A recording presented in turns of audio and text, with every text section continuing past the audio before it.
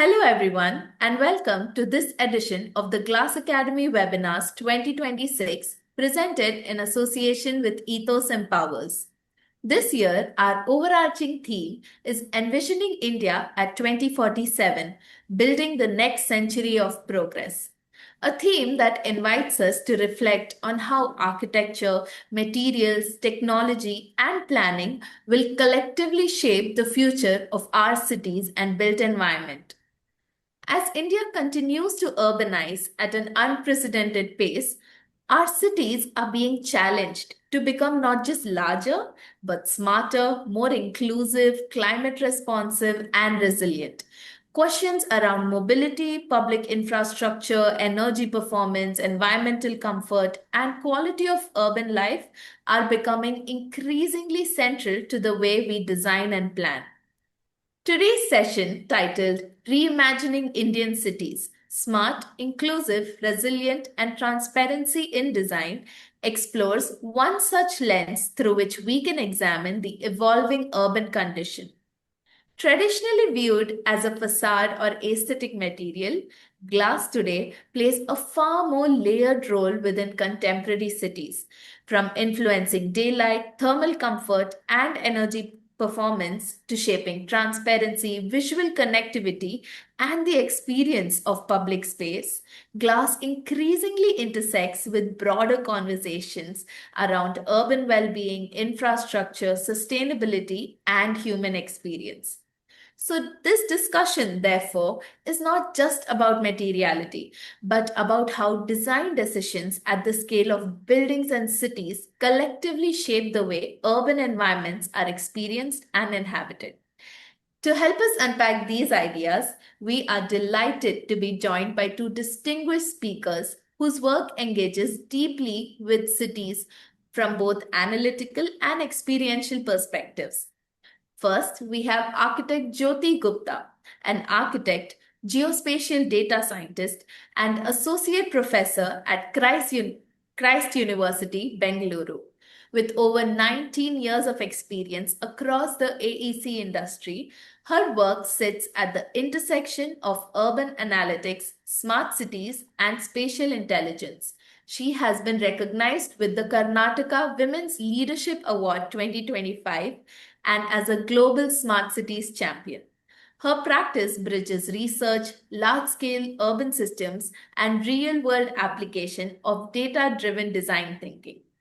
Joining her is architect Ar.Aakash Panchal, an architect, urban designer, and assistant professor at Gautam Buddha University, Greater Noida. His work engages with the intersections of urban design, sustainability, ecology, and heritage conservation. He has contributed to several international collaborative research projects focused on Indian cities, public spaces, and ecological restoration, including collaborations with SVA Delhi, Foundation Botna, Switzerland, and Laurentian University, Canada. An associate member of ICOMOS, his research and academic work reflect a strong commitment to sustainable urban futures and the conservation of India's built heritage. He is also the editor of the book Unlocking Zero, an architect's guide to a net positive built environment. We are truly delighted to have both of you with us here today. So let's get started.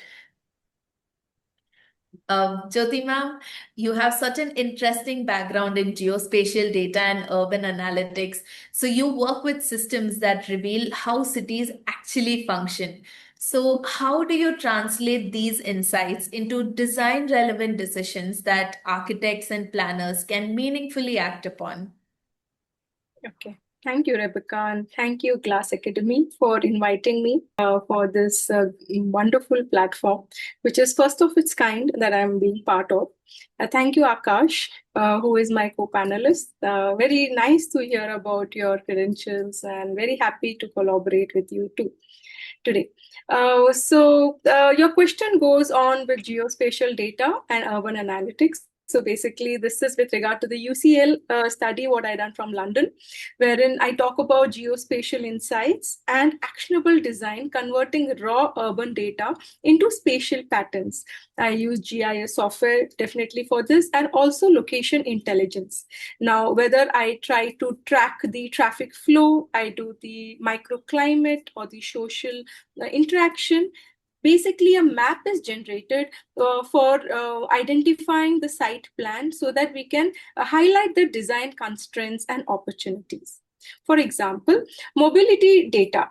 Mobility data helps us to identify the entrance of the building, the heat island analysis for green spaces, and many others with regard to the mobility. Now, when I go ahead, we can create a dashboard with heat maps, layered maps, and also performance matrix. And later we can integrate with BIM and CAD, like building information modeling and CAD, computer aided design, computer aided technology, so that the architects and planners can immediately work on it for the real world urban behavior. That was so informative. I'm very excited to learn more about that, ma'am. Akash sir, building on what ma'am said, you know that cities are constantly evolving through changing densities, mobility patterns, and user behavior. So, how do you design urban environments or any large-scale developments that remain adaptable, resilient, and relevant over time? Uh, that's a very wonderful question, Rebecca.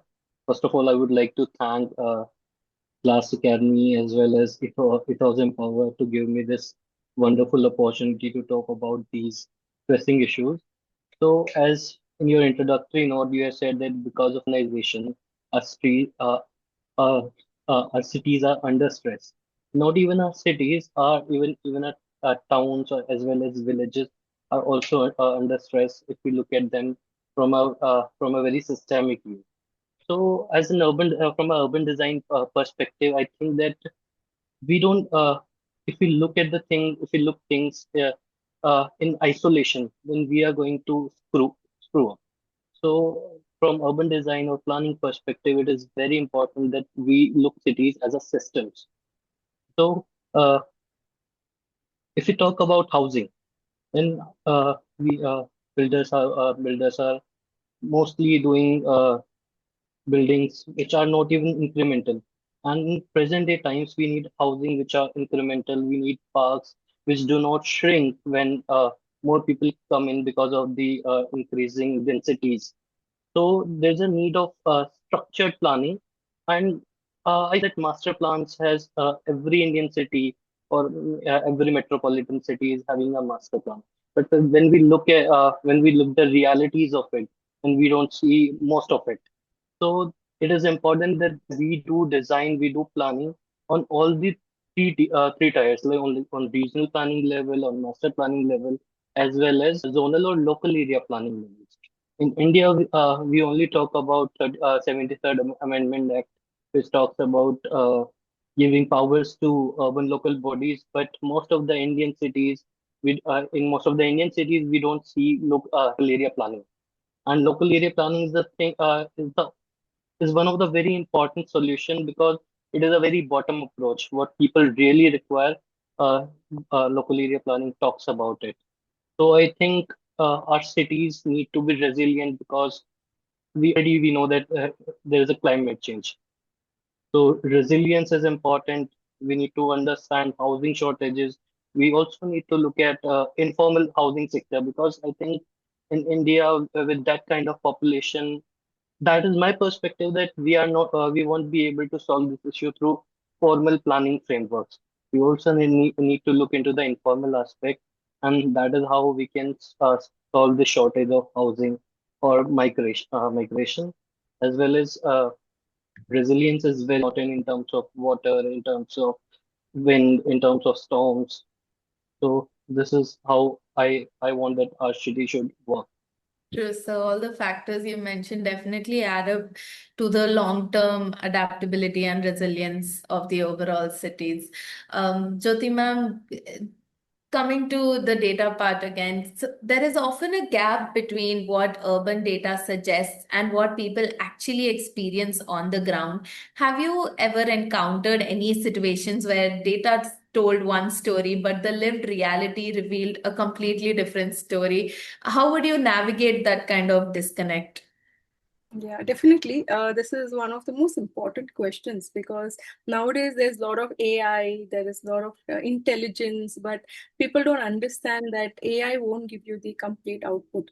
Now, for example, I will tell you there was a mobility data wherein we were identifying the high foot traffic in a plaza, and they were trying to suggest the vibrancy of the data, like how many number of people in the mall is there and how is the building vibrating.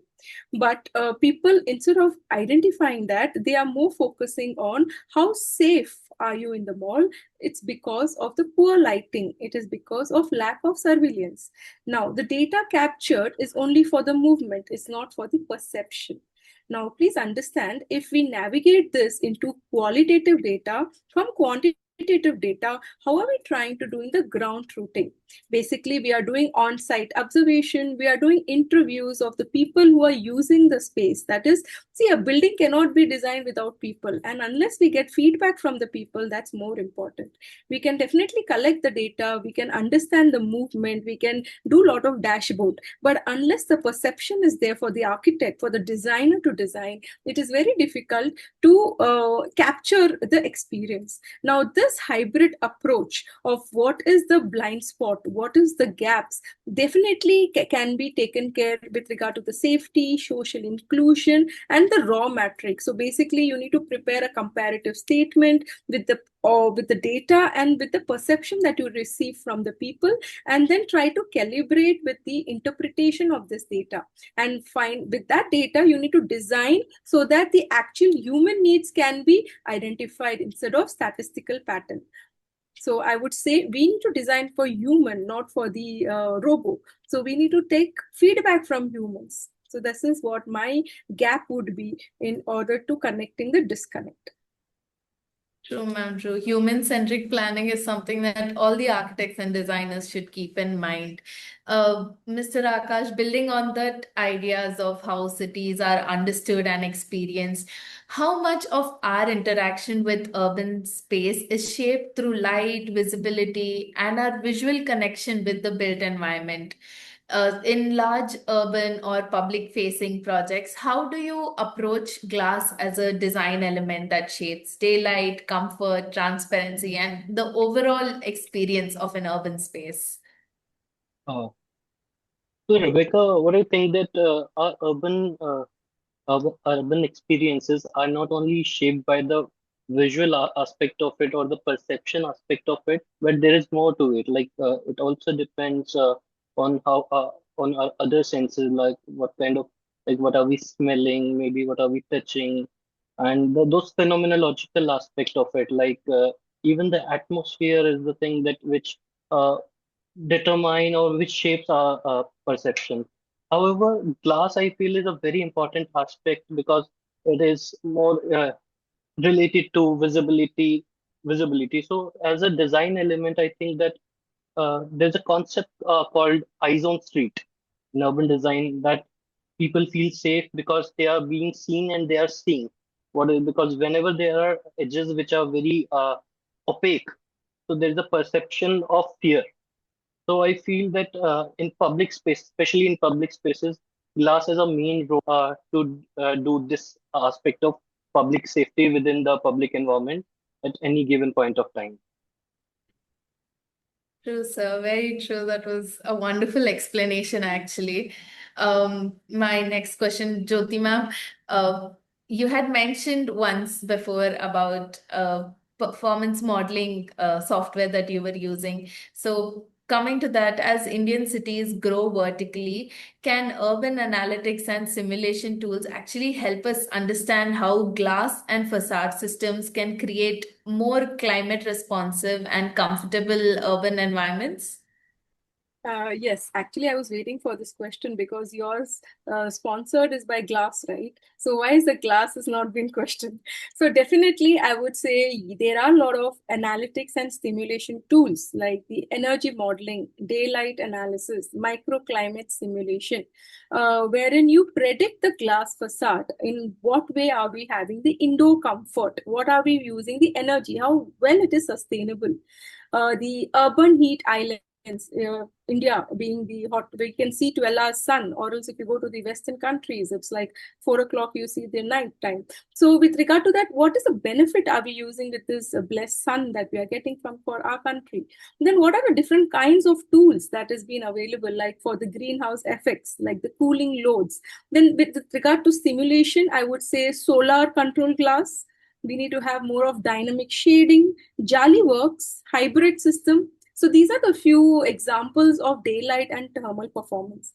Now, with regard to modeling, I would say orientation is most important. People usually have a tendency that you don't orient your building to the northeast side, where the sun, where the sun is being more beautifully glanced compared to the in the morning compared to the western side. So we need to orientation is more important. Materials plays a major role. As you know, what is the absorbent factor, in what way the material is durable, in what way the material will be standing if you compare it to a place like Kerala or place like Delhi. How are we trying to have different kind of materials? What are we doing the weather patterns? If you go to the south side, there's like massive rain side you will see near the coastal area. And if you come to the hilly regions like the Wayanad or the Ooty, how are we trying to capture that place?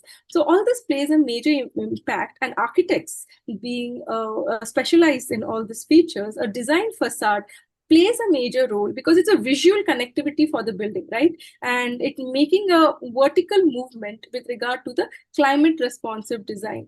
So this is how I would say urban analytics plays a major role in facade. Yes, ma'am. Now with these so many improving, like you mentioned, AI also coming up with an understanding energy mapping, and it makes such a difference in how we perceive materials also and facade design and everything. Mr. Akash, as cities are becoming more denser and more complex, materials like glass are increasingly shaping how people emotionally and physically experience urban spaces. How do you see glass influencing the way people perceive and engage with urban environments? So, I certainly think that within the urban environment, glass is very much prevalent. Like if we look at 100 years back, or like maybe 60 years back, the glass was only used for decorative purposes. Like Belgium glasses used to be like those tinted glasses were usually used in interiors and to get a good interior space. But currently, the from interior, it has become a very like even we can say that urban form or built form is, especially in all mega cities, it is being shaped by glass. We see like Bangalore looks like Delhi looks like Gurgaon because of this aspect of glass. But I certainly think that there is a need of mindfulness when we use glass. We cannot use glass how London has used it and how Bangalore is using it, because the microclimates or even the climate zones are very different. So glass is very important because we need daylighting, we need air conditioning, and we need visibility. But at the same, the mindfulness becomes very important while using the glass. Yes, true. Building on that, I want to talk about sustainability. Jyoti ma'am, when we discuss sustainability at an urban scale, passive design strategies and material choices become increasingly important. So, how can architects and planners use, like you mentioned, orientation, shading, and high performing glass more strategically to improve energy performance and user comfort? So, as I mentioned, and also Akash had a really valid point mentioning about the microclimate. So, basically, external shading devices, the overhangs on the south facade, the vertical fins on the east west, blocking a high summer sun and admitting on the winter light. Winter light is very beautiful. Then high performance double glass units should be advisable with a low SHGC and low E coatings on the east-west. And also we should request for high VLT glass on the north-south for the daylight. Optimizing windows for a wall ratio of 30 to 40%, which will add a buffer zone on the hot orientation and also leverage the daylight stimulation to test the combination. So these are the few ways of optimizing design, the few ways of orienting your design and maximizing the daylight so that you can be more sustainable. See, again and again, I would be approaching this integrated kind of approach in reducing the cooling loads while maintaining a visual comfort. So end of the day, as an architect, we have a good design, and also it is more cooling and performance based user comfort building. Yeah. True, ma'am. Very, very well explained as well. Mr. Akash, I want to talk about another role of glass. Sometimes glass becomes the interface between private interiors and the public life of the city. So, how do you design these transition spaces to balance openness, privacy, daylight, thermal comfort, and the overall urban experience? So I think glass, I can term glass as an interface between public and private realm in most of the cities. So privacy is a very important aspect as well, because glass gives us a view or visibility, but at the same time we need privacy. So in that aspect, I think that in between space, like India or Indian vernacular architecture is very famous for those in between kind of spaces, like verandas or like that semi public spaces which is not either public or private. So that kind of threshold which we can draw from learnings from the vernacular architecture of India, with even with regional aspect. If I am designing a building in Delhi, then I should look at the regional vernacular aspect of it, than it at Himachal or any other place. So I think that this vernacular in between spaces aspect of from vernacular architecture can be a very good can be a very interesting design philosophy to guide that kind of transition. True, so it's so important to understand the relationship between the buildings and the public realm, between private and public and the semi-public spaces. Speaking of relationships, we also have, like ma'am mentioned, relationships between data and materials, data and facades. So, ma'am, as we are moving towards smarter infrastructure systems, Jyoti ma'am, how do you see glass and facade technologies evolving alongside data, responsive systems, and energy efficient urban development? So for this question, I will be dividing into three parts. First is you're asking me about intelligence. You're talking about data-driven skins.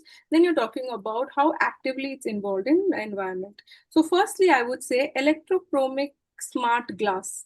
This is actually an automatically tint, which is there for the sunlight based on the orientation of the sun.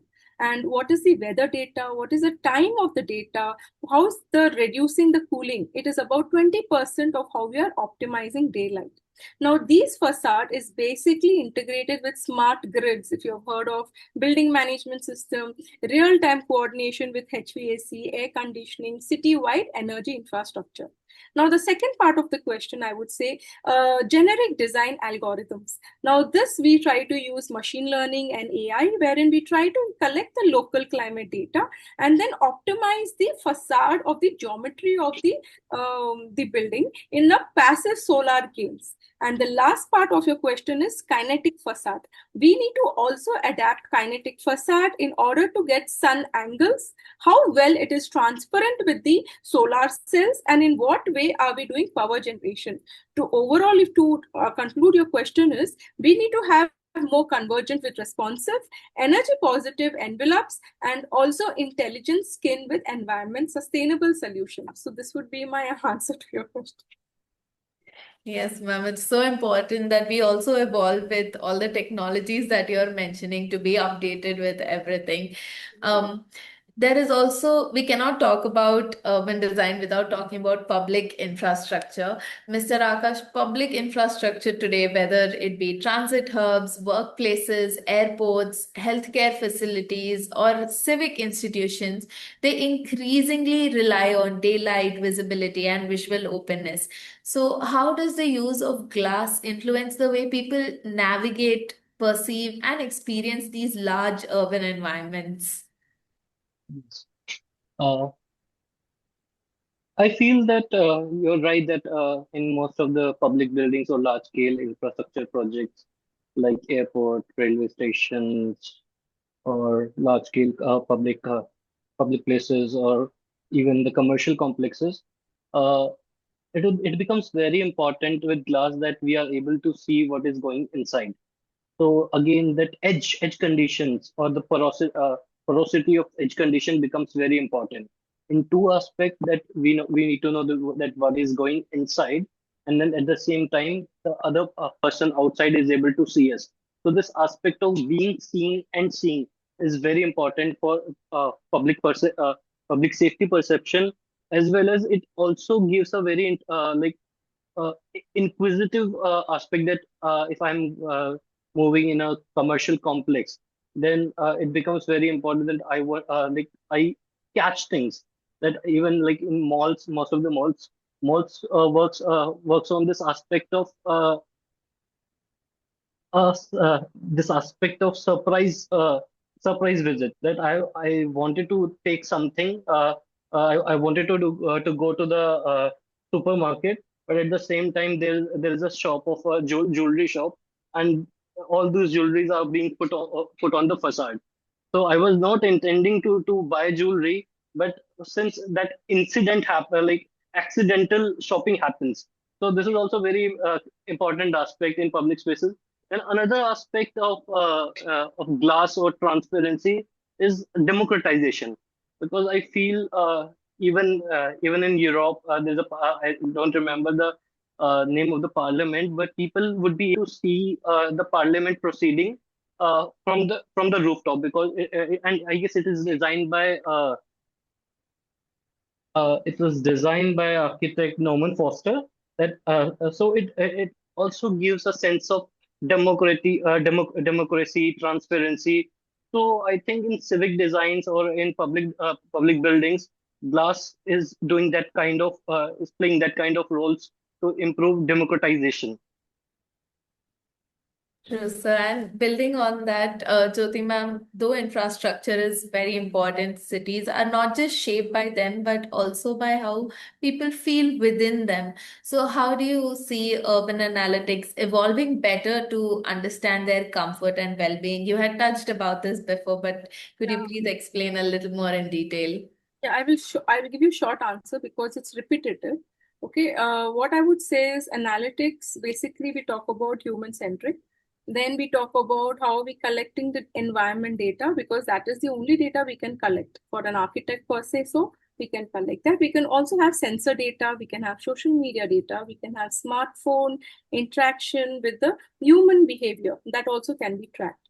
Participatory mapping, experience survey that we can go and gather, like questionnaire what the PhD scholars work on, that also can be collected. And how are you trying to collect this data, study and measure the stress level? See, as I told you, my first thing, and I again say, we are building the design for humans. So what are we trying to do? We are analyzing the stress levels in order to, how are they correlating with the green space, how positive it is, and in what way the well-being can be mapped. So to conclude on this question, I would say infrastructure metrics, it's very important for urban planning, subject to well-being, empathy for the people, and people-centric city design, that is human-centric metrics. I think that should be the answer for this. Yes, ma'am. Yes. And I'm sure this data must vary from place to place across India because Indian cities experience increasingly extreme climate conditions, from intense heat, heavy rainfall, broader environmental stresses. Mr. Akash, how do you think advancement in glass solutions and facade systems can contribute to creating more resilient, durable, and environmentally responsive structures? So, Rebecca, what I think is that in present times, we have this perception that glass is not a very sustainable material when it comes to heat gains. So I think we need that kind of innovation, particularly in the case of glass, that the heat gains that heat gain should be optimized. We cannot make it zero, but optimization could be done through innovation. And at the same time, this aspect of fire resistance is also very important. That glass needs to be fire resistant. Although there are like fire resistant capacities of glasses which are currently available in market, but if we could also improve those lag hours, then it would be very wonderful because we really need glass in the present times. From an architect point of view, I can say that. We cannot move away from glass. Glass is something which we really need to incorporate in design because of the changed lifestyle of people. That is why I think there's lot of need to do innovation within the glass so that the climatic responsiveness aspect of it can be achieved. Yes, building on that, Jyoti ma'am, speaking about getting better, about evolving, when you look at Indian cities today, which urban system do you believe requires the most urgent redesign to improve everyday quality of life, mobility, public infrastructure, housing, or environmental responsiveness? My question would definitely be public. My answer for this question would be definitely public infrastructure. As you all know, mobility public is having a major gap because of the Indian cities lack design standards for roads, for sidewalks, for parks, bus terminals. We need to prioritize. The people are prioritizing car. They are not using pedestrians. So in this, how safe is our country? It's basically they have inaccessibility for everything that is available. So urban planning, I would say the major and urgently way to analyze the public rhyme, promoting walkability. Uh, Our country is the only country with the youngest population. You understand? If you compare to Japan, you compare to the Western countries, they are all people above 60 years, but they are walking. And we young people avoid walking. Why? Because our roads are not safe. We don't have proper footpath. There is no clean public area. We cannot go and sit in the parks. If you go and sit in the parks, you will have 100, I would say, some diseases because so much of garbage that's left over. There are a lot of challenges, I would say. So basically, we need to make it more efficient. We need to have more of NMT system. NMT means non-motorized transport. We should use more of bicycle. We need to improvise safety, livability, and mobility.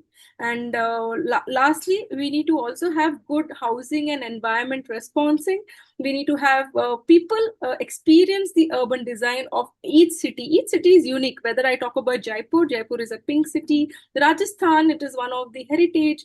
Kolkata, recently I just heard how beautiful it is. It is more, it was the oldest city in the country. So all this needs to be conserved if you compare our country to the other countries.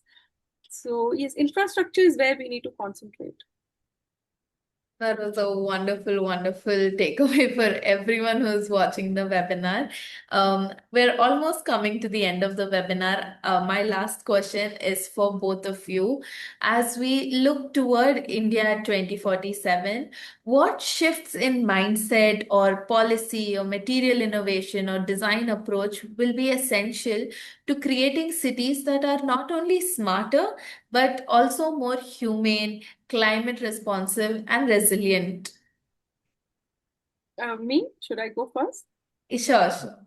Yeah. So first thing, you have three parts in your question. Once I'll talk about mindset.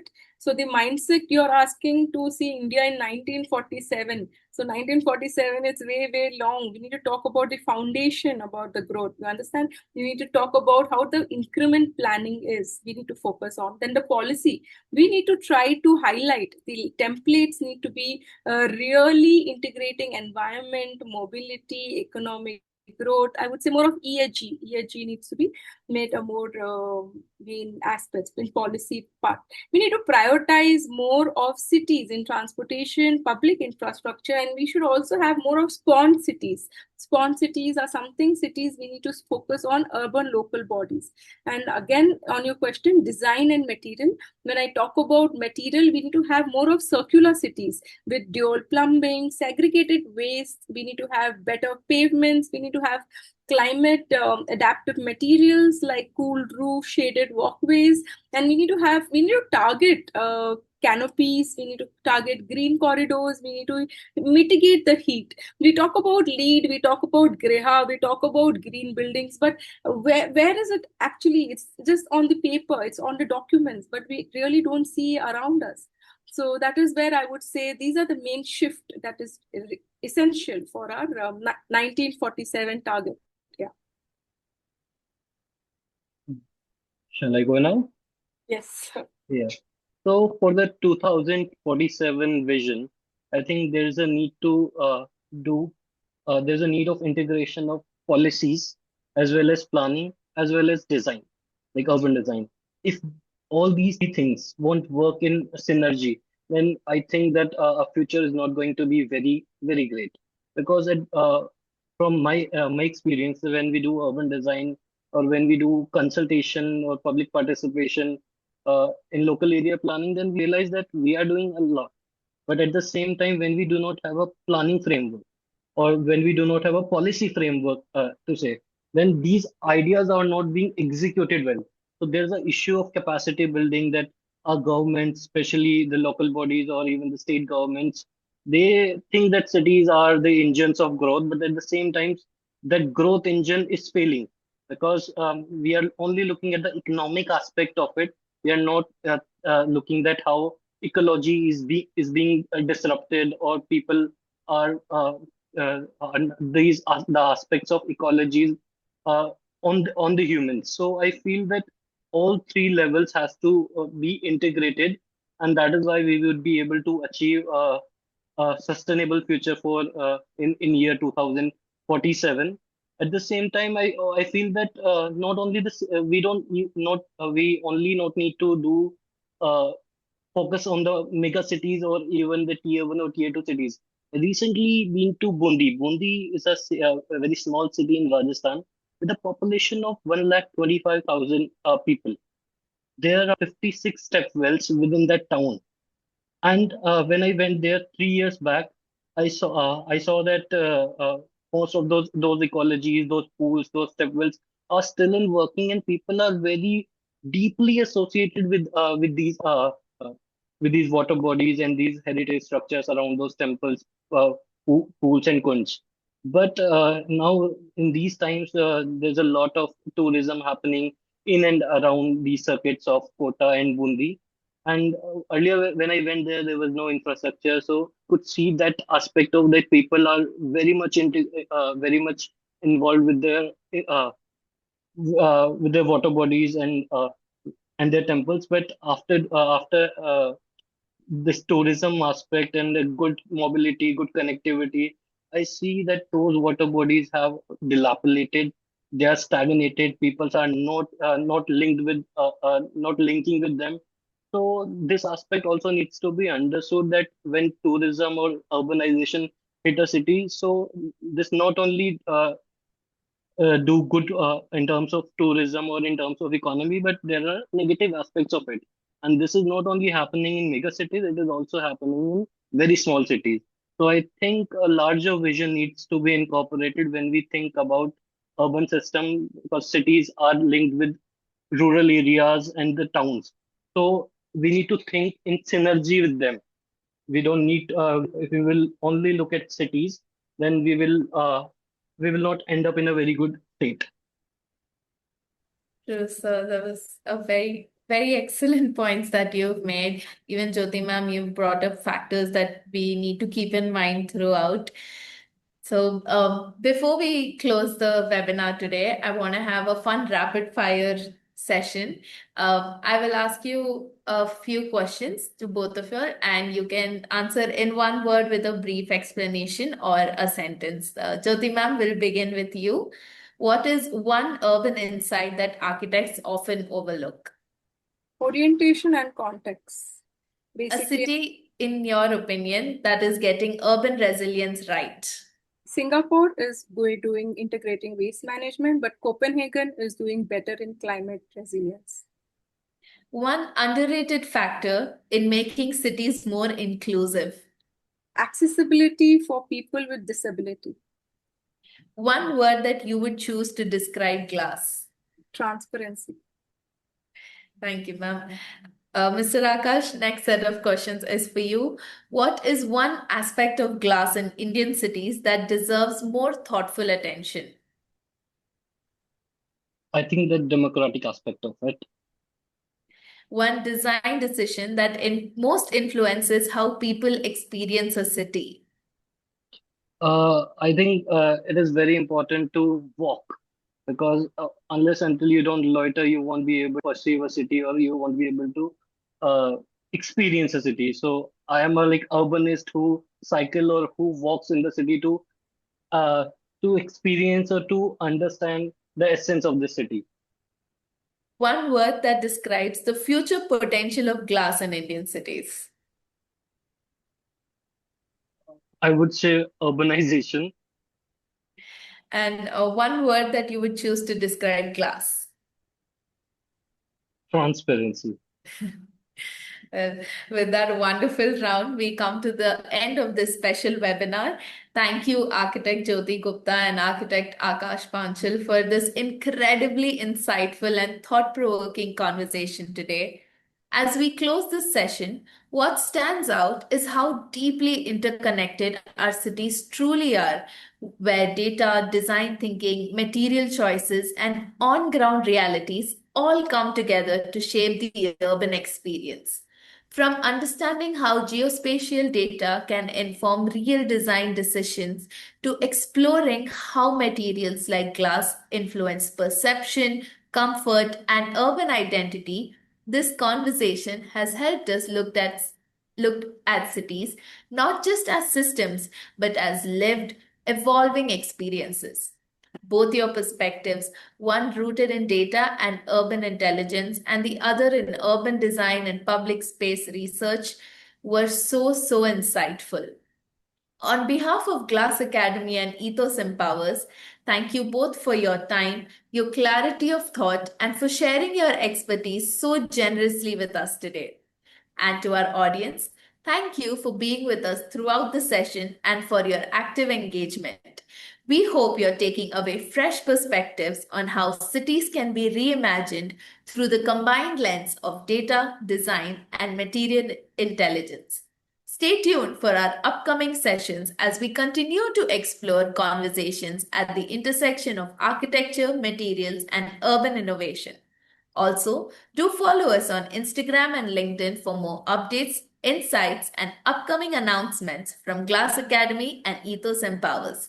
See you all in the next webinar. Thank you.